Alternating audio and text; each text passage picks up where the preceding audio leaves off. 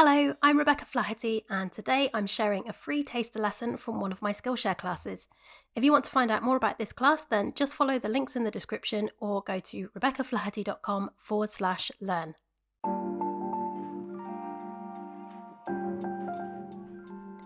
So the simplest files to get started with are these 13 here.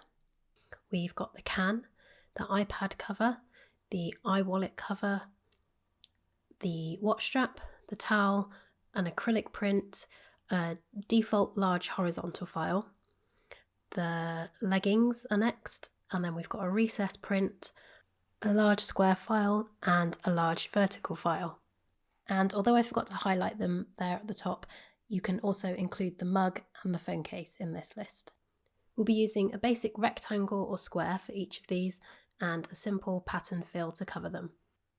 Some of them will be enabled on multiple products, like this vertical file, which we'll use on the curtains, wall hangings, and yoga mats, to name a few. Some of them, like the watch strap, will be used for just one item. So let's go ahead and open these up. So with them all selected, we're going to double click and open them in Photoshop. So as we look through these patterns, you'll see on some of them, I have these guidelines on there, and that's to mark the center of the design. And this is so that if I have a geometric pattern, let's just apply this one here, and then we'll zoom in, I can click and drag and know that my geometric design is lined up nicely in the template. Another reason is, once we've made these assets, we'll be increasing the scale of some of them. So this vertical template here, we're going to use this for the curtains, but we will also be using it for the wall hangings and the rugs by zooming in and cropping it. So it will be just this middle part on view. So I want to make sure that if I had a pattern, that if it had a lot more detail in it, let's go for, which one should we choose? Let's use this swirly one here. So this one's a much larger scale. This center area, I would want to make sure that there was a nice part of the pattern showing in the middle there, because that's what we'll be showing when we zoom in and crop it for the wall hangings. So as I said, all of these files will be available to download from my website, but we're going to go ahead and look at how to set up one of those for ourselves now. So a file that I don't have open here is the table runner file. So we'll start by going to Society6's pixel dimension page. We will do Command F and search for table runner on here. So you'll notice that table runner isn't actually on this list of dimensions. I guess it's a newer design and they've not updated this page yet. I'll be putting a link for this page on the resources, by the way. But don't worry if you can't find a dimension you're looking for on here, because if you go and click on a piece of artwork that you've already uploaded, and then you can scroll down and find the one that you are looking for.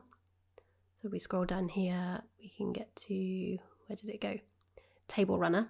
We can click on edit for that. And then up here, we can see the pixel dimensions that you need. So you can see this one is 1729 by 9000 pixels. And although it's a minimum of 96 dpi, we're going to create a document of 300 dpi, just so that we know it's the best resolution that it can be. So once we have those dimensions, we can go into Photoshop and click File, New, and enter them in here. So it was width 1729 with a height of 9000. We're going to keep this at 300 pixels per inch. Society6 files should be in RGB colour, and we can leave this colour profile as it is as well. And then we can click Create. The first thing we'll want to do is to mark out the centre using our guidelines, so that if we were using a geometric pattern, that we could line it up with the centre. So you need to make sure you've got your rulers showing around the edges here.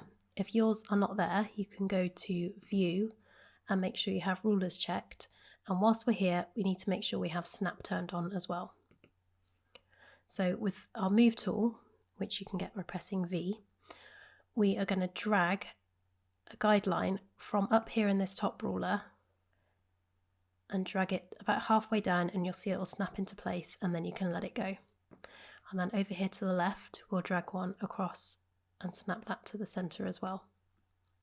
So now our center is marked out. So if we're using a pattern which we wanted to have centered, we could easily do that by dragging the pattern around. So the next thing is to create a layer to actually put our pattern on. So we're going to come up to our patterns panel here, and we can click on our mushrooms pattern swatch, and that will apply this to this layer. So this scale here I think probably looks a bit too big. If all the mushrooms were the same colour, then this would probably be an okay scale to use, but because we've got this line here of the blue mushrooms, it just looks a bit weird and off centre. We could try centering them, I guess, but I think it would probably look better a bit smaller. So let's double click over here on this thumbnail, and if we highlight this, we can use Shift and the down arrow to go down in increments of 10, or you can just go up and down in increments of 1. And we can adjust this. I think probably it might look quite nice at 50, and then we can use these guidelines to line up the mushrooms. So we could either have the blue ones going down the middle, or we could have these ones going down with the blue either side. I think given that some of this will be seam allowance, it's probably going to be nicer to have these down the middle and then have a row of blue either side. So yeah, I think we'll leave that one how it is. I think that's looking pretty good. So next thing to do is to save the document. So I'm going to do Command Shift S to save as, and I'm going to save this in my print on demand folder, which I have here. So this is on my hard drive. I have a print on demand folder, and so I can get here nice and quickly. I have dragged it over here to my favorites, so I can just click on that and go straight there. So in my Society6 templates folder, I can then save this one as table runner. But before we click save, up here where it says tags, I'm going to click into here and I'm going to apply my Society6 tag to it, so it will save with this on it already. So if you were setting this up for the first time and you didn't already have a tag down here which you wanted to use, you can type one in here and start one off. So let's just type Skillshare, and it will give the option to create a new tag, and then choose a colour for that. Let's go for blue because I don't have any blues over here yet.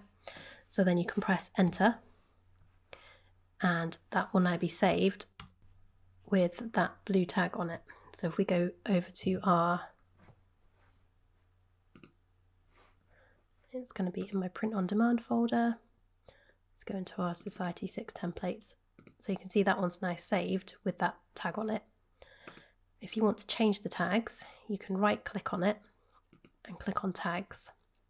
You can delete it if you put the wrong one on, and you can assign the right tag to it and then press enter.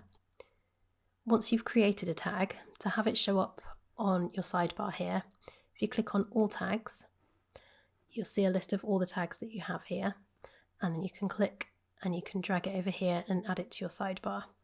If I click that, there won't actually be anything on there now, but you get the idea. So let's go back to our Society6 ones. So that is essentially all you need to do for creating those basic templates. Go to Society6's website and look up the pixel dimensions, either from that list on the help page, or if what you're looking for isn't in there, you can go to the product page on the upload screen and note down the dimensions from there. Then you just create your document, add your guidelines to the center, and then add your pattern fill layer, and then save your document, tagging it with your Society6 tag and adding it to the sidebar so you can easily find it. Once you've made all of your basic templates or downloaded them from my website, we'll go on to creating some more advanced templates in the next lesson. Sometimes it feels like it takes forever to upload our surface pattern designs to print-on-demand sites like Society6. For me, and probably you too, it's my least favourite part of the whole process. and I'm always looking for ways to speed it up and get back to the fun parts of being an artist, actually making art. And whilst I can't do anything about your router's upload speeds, I can teach you all the ways I've figured out to make the upload process as quick as possible. My name is Rebecca Flaherty, but you can call me Becky. I get to spend my days working as a surface pattern designer here in the United Kingdom, where I've been running my own online business for over 7 years now. During that time, I've licensed my artwork for a whole range of products, from cosmetics packaging to cloth nappies and dog harnesses, to name a few. A big chunk of my income also comes from print-on-demand sites like Spoonflower and Society6. In this class, I'm going to teach you how to save time with your Society6 workflow, spending less time on the upload process and making just the assets you need using simple templates that can be used over and over again. You'll learn how, by using a few specific templates, you can easily scale your surface patterns to look their best on all the different products without having to go in and adjust the scale for each one when you upload them. I'll show you how to create a cool and frankly miraculous Photoshop action that will allow you to whiz through the preparation process, and then how to name and organise your files in order to find them easily and upload them in the correct order. Because yes, the order you upload them actually makes a big difference to how long the whole process takes. So I'll walk you through the exact steps and order I do it in so that you can save time too. The other equally important value that this class will bring to your work is that by optimising your designs in this way, you will find that your artwork always looks great on a full range of products. Your art will really shine and stand out. This class is a must for anyone who uploads their work to Society6, and is suitable for all levels from beginner to seasoned print-on-demand pros. It is geared towards Society6 users so that I can get really super specific, but the principles can easily be tweaked to other print-on-demand platforms. As creatives, we love to create and not spend hours each week uploading our work. Don't let this be a bigger time suck than it needs to be. Excited to get started? Then let's go.